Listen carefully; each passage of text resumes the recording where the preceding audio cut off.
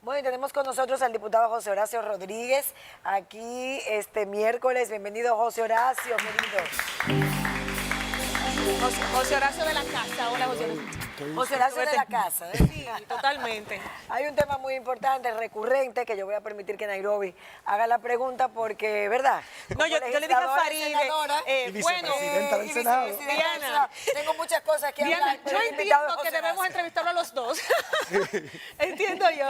Y el tema por el cual hemos pedido a José Horacio que nos acompañe en el día de hoy, junto a Farideh, es lo que ocurrió en el día de ayer, la aprobación en primera lectura en el Senado del Código Procesal Penal y que fue enviado a comisión. Los titulares decían, fue enviado sin leer, no se sabe qué aprobaron. Cuéntanos un poquito del escenario primero, qué fue lo que se dio a conocer ayer, cómo se dio el proceso de aprobación y cuáles fueron los votos en contra, cuánto a favor y cuánto en contra. Bueno, como ustedes saben, yo soy diputado. Yo me enteré por la prensa sé. que el Senado había hecho esa aprobación. Sí. De hecho, ya tengo el proyecto y vi que se depositó el día 24, es decir, antes de ayer. Antes de ayer se depositó Apenas. esa versión por el senador de La Vega, Rogelio Genao, y lo que vi en la prensa en el día de ayer fue aprobado en primera lectura por el Senado. Recordemos que no es un proyecto nuevo para este Congreso. Este Congreso ha agotado grandes esfuerzos para lograr la aprobación del Código Penal, en los que trabajamos de manera conjunta, la senadora Farideh y yo, porque fuimos parte en su momento de lo que fue incluso una comisión bicameral, integrada por diputados y senadores, que rindió en su momento un informe hace ya más de 2 años. Luego de jornadas de hasta 12 horas de trabajo, que nosotros comenzábamos a las 9 de la mañana y hasta las 9 de la noche, estábamos discutiendo artículo por artículo el Código Penal, poniendo delante lo que son los puntos de acuerdo y los puntos de disidencia. Recuerdo, Nairobi, cómo en esas discusiones muy largas, sin habernos puesto de acuerdo antes, peleamos juntos, por ejemplo, Farideh y yo, porque querían poner que la corrupción prescribe a los 10 años. Y estábamos ahí nosotros, no, la corrupción debe ser imprescriptible. Correcto. Eso es algo en lo que la sociedad ha avanzado y hay amplios consensos. O querían poner, por ejemplo, que los partidos políticos estarán exentos de responsabilidad penal. Y ahí estábamos Farideh y yo diciendo, no, un momento, los partidos políticos no pueden tener ese tipo de privilegios. Como entidad jurídica pueden ser sujetos de responsabilidad penal igual que lo es cualquier sociedad comercial. Y esos fueron puntos que si nosotros habíamos puesto de acuerdo antes, salieron a reducir nuestros puntos en común. Y estábamos minoría, pero aún así hicimos los esfuerzos, echamos la batalla y logramos que esas cosas no quedaran quizá del todo incluido en el código como en su momento querían. Finalmente, Diana, te escucho. Sí, pero hay varios temas, José Horacio, que si es el mismo proyecto, porque esa es la primera pregunta es esa, si es exactamente el mismo, el último que se había discutido en el Congreso o si se le ha cambiado algo, porque ahora hay que ver artículo por artículo si lo que se sometió tiene algún tipo de cambio o de modificación, porque eso no es que Rogelio se pare y diga, es el mismo y ya, ahora hay que leerlo.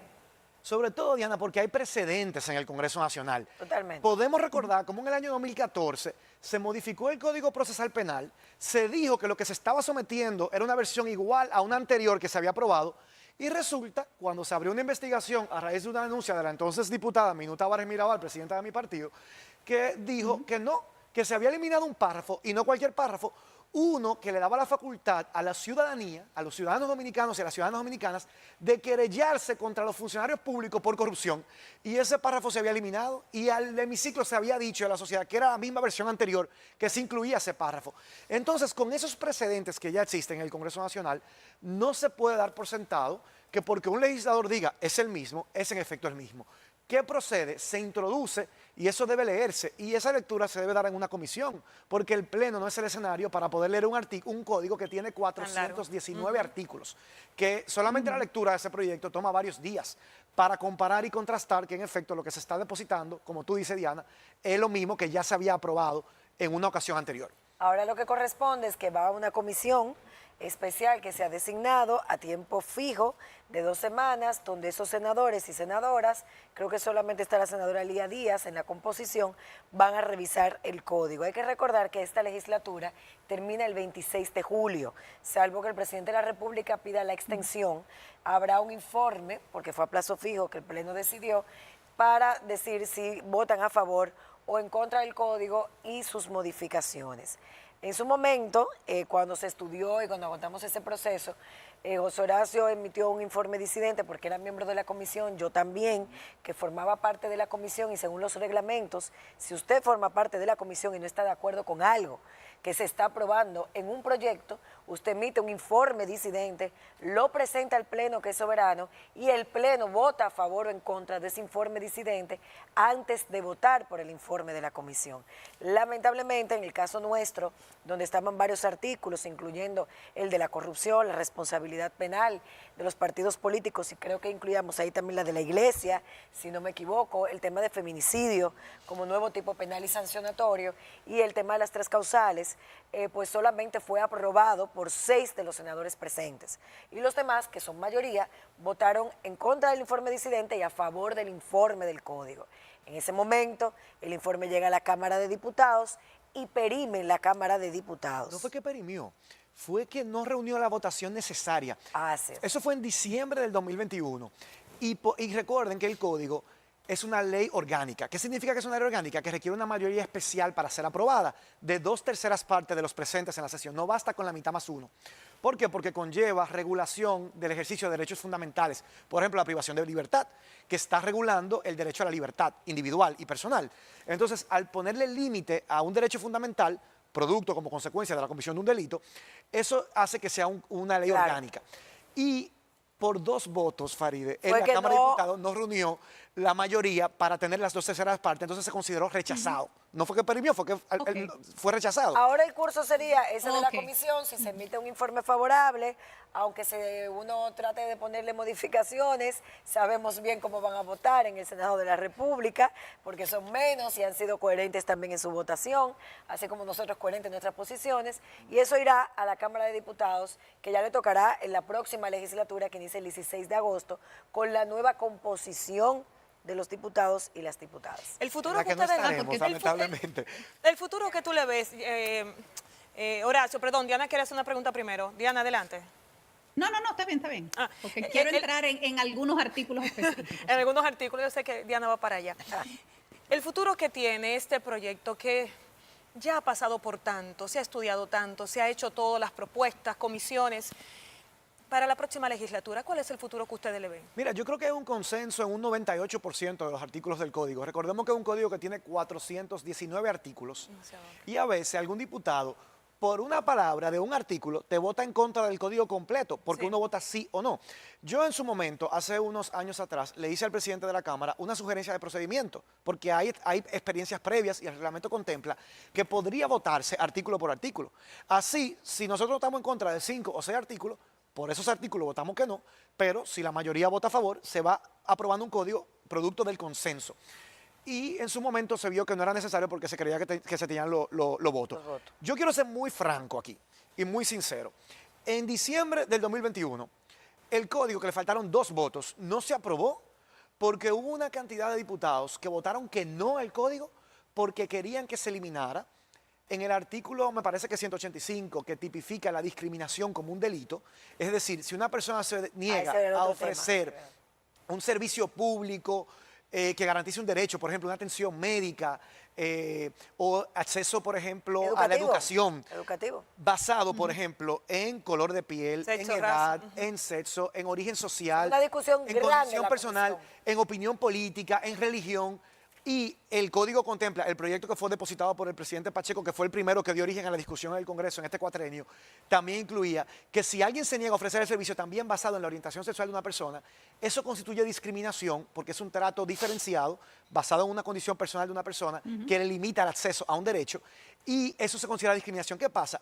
Como incluía el término de orientación sexual como un motivo por el cual no se puede discriminar a una persona, una cantidad de diputados votaron que no al código porque querían que eso se sacara de ahí. Y por eso faltaron esos 2 votos que faltaban para que el código fuera aprobado en diciembre del 2021.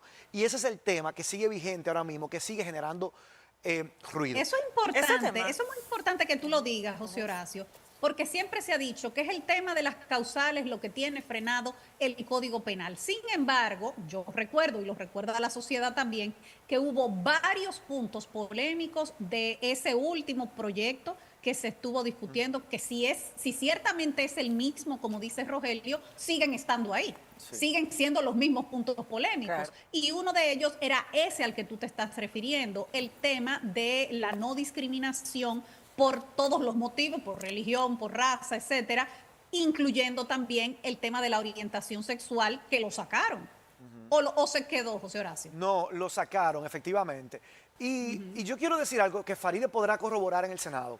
Mira, es completamente falsa la versión de que no, que por las causales no se ha aprobado el código. Y yo te lo voy a decir claramente en números. Si usted suma todos los diputados que hemos expresado el respaldo a las 3 causales como circunstancias excepcionales que le permitirían a una niña o a una mujer decidir interrumpir un embarazo que sea producto de una violación sexual, de un incesto que ponga en peligro su vida o que sea inviable el embarazo, que no pueda dar luz fuera del útero, si en esos casos se le permitiría, habemos nada más 40 y pico de diputados que estamos a favor. Quiere decir que hay más de 150 que están en contra de las 3 causales. Con 150 a favor y 40 en contra, el código pasa de manera cómoda. Sobran los votos para que pase. Exactamente. Entonces, es un mito decir que por las 3 causales el código no se ha aprobado, porque imaginémonos que todo lo que apoyamos las causales porque defendemos la vida, la dignidad, los derechos de las niñas y las mujeres en nuestro país, votáramos que no al código. Somos 40. Hay 150 que votan que sí. En el Senado solamente somos 6. Los números en el Senado, igual. Somos 6 a favor y todos en contra. O sea, pasa el Y código. O sea, que habría pasado sin problema. entonces- De hecho, pasó en el Senado, en la Cámara no pasó. Entonces, es un mito que la razón por la cual el código no se ha aprobado es la causal. Yo quiero aprovechar la audiencia que tiene este programa también para decir, yo me di cuenta en los primeros meses como diputado en la Comisión de Justicia que una de las razones por la cual la clase política, no estoy hablando necesariamente de este cuatrenio, pero el código tiene 20 años en discusión en el Claro. país, por la cual la clase política se había negado a aprobar ese código, es porque fortalece los mecanismos de lucha contra la corrupción administrativa. Y crea nuevos tipos penales, como la prevaricación, que no la tenemos contemplada, y nuevas sanciones también. Y yo lo confirmé porque hubo un colega diputado que, ahora senador electo, que planteó, cuando solamente no era la comisión bicameral, solamente la Comisión de Justicia de la Cámara de Diputados, que se incluyera un tipo penal que sancione el abultamiento injustificado de la nómina pública, es decir, dar empleo que no van a hacer nada, que simplemente son por clientelismo político, por corrupción, Botella. como un tipo penal de corrupción. Y yo dije, wow, lo apoyo. Fui el único que lo secundó. A mí me sorprendió. Fui el único que lo ¿Te secundó. sorprendió? Me sorprendió. ¿Te sorprendió? El único que tuvo Pero lo favor. propuso y yo lo secundé.